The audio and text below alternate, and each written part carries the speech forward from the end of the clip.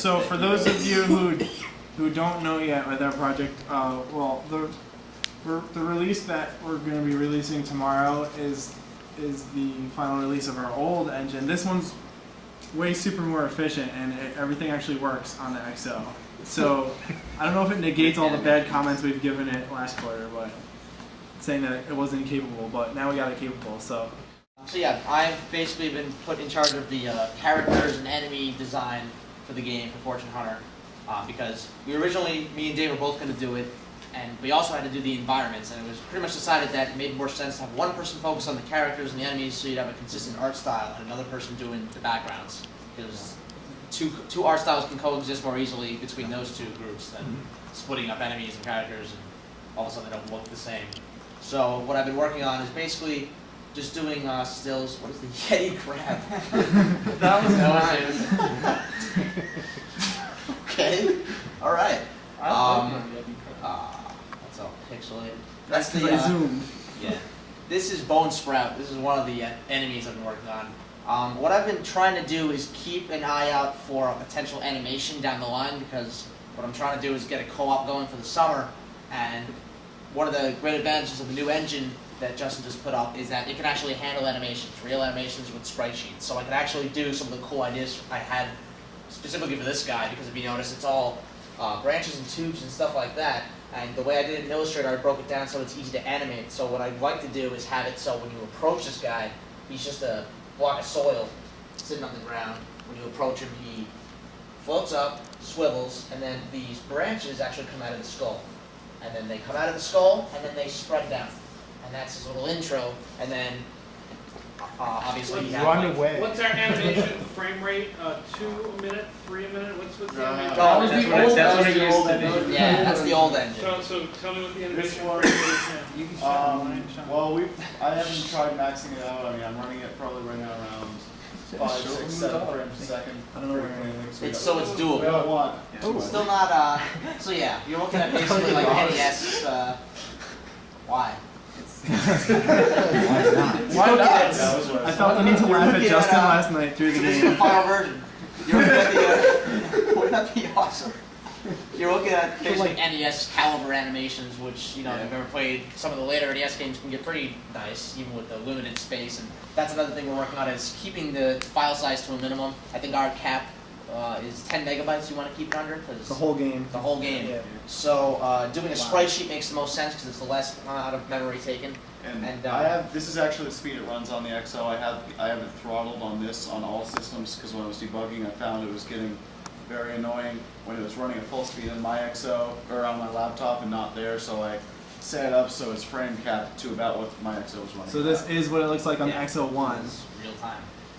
One of the good things about that I've learned with working on Illustrator and just working on art for a game like this is that when you're trained to deal with all kinds of space issues and workarounds and coming up with technical solutions to problems that, like, for a big budget game you'd never see, it teaches you prudency in regards to space. So even if you work on a big budget game and you're able to not have to encrypt it, or you're able to, or whatever, what have you, embed it into other files, all those little tricks, it's still good to use those, because then you can fit even more stuff into a game. So it's something that I want to take away, the idea of being, responsible for file size, even in a case where it wouldn't necessarily be required, because it helps, because you can actually, add more stuff and do more knowing those tricks. Right, so the language you want to use on your resume, right, is game development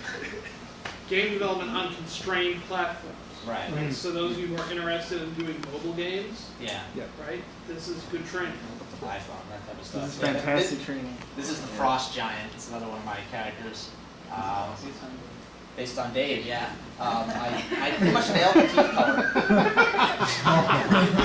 One thing you want to notice, these are actually snow globes, which is something I threw in there at the end, and it's something I'd like to deal with animations. Might be cool when you hit them, the little New York City skyline appears in the snow.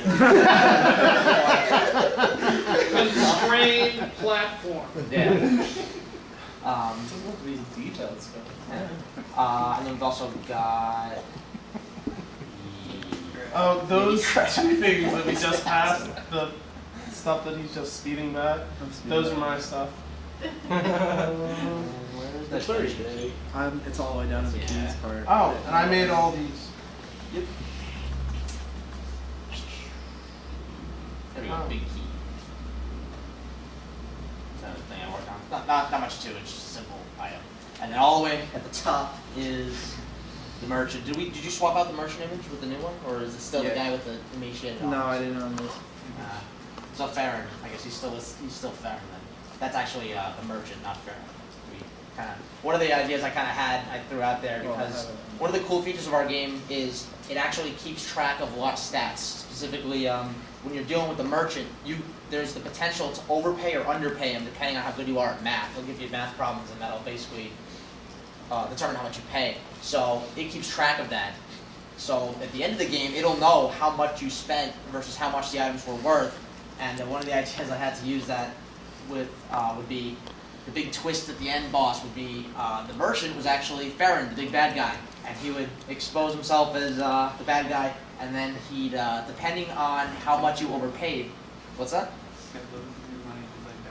Exactly. Depending on how much you overpaid, he either that'll determine how powerful he is. Like he'll have used your extra money to buy either armor or stuff to enhance himself. So either he's gonna be depending on how much you overpaid, he's gonna either have big giant mech suit or a paper towel roll.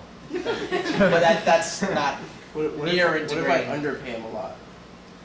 Well, if you underpay him, really pissed and he Yeah. wants to do business with you. yeah. If Um, you underpay, he just doesn't give you the items, and Okay. he's like, "Leave my store." Leave my dungeon store. Yeah, that's some of the difficulties. That's something that's we're way far from that possibility, but it's something that could be integrated later and might be fun. Might be neat. That's an example of the forward thinking in the game where we can keep track of stats. There's a lot of features that can be easily implemented down the line based on just simple code that we've thrown in there already. So there's a lot of footprints for some really cool features. Leaderboards is another one. The And only just- thing that we use for stats right now is difficulty scaling. So if a player does really well on a certain type of problem, it ups the difficulty on that, so they can continue to progress in that area. And then vice versa, if they're doing Oh, it still ends up- badly in a certain area, it scales the difficulty down. Yeah. So tomorrow we'll have it up on the Sugar Activities site. You can just download it to your Excel I and mean, play it it. is right now on the Sugar Activity site, it's not marked public, so you need a login for Right. it to show up, which you can get for free, so it's. Tomorrow we're gonna change that over to public, and then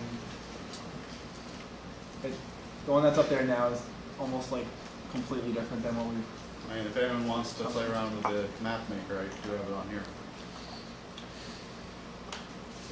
Pass it around. Do you have questions for these guys? Mel? Anything you wish to use them with? We will talk more after that. That's very good. If there's So most of these guys are working on co-op, you probably know, and Mel is their supervisor at a distance. So she will be But one thing that I would call out is they made it very easy for me to keep track of what's going on, even though I'm very invisible in the background. I'll be swooping in occasionally. Because you have a channel, you have a list, you're doing things that are wicked, you're posting your opinions on email, and that's the kind of visibility that all of you should have for all your projects with super community. So that's the standard of need today. Alright, then are we ready for me to segue into next quarter? Is there? I don't know if there's time to just quickly hit my the wiki on that other little side project, the e-reader. I don't know if you have time to just quickly run through that. Couple minutes? Yeah, just a 2 minute. Just to Let's save that for next time because hopefully you'll be presenting to the Oh wow. OLPC group and we should cover this now rather than later.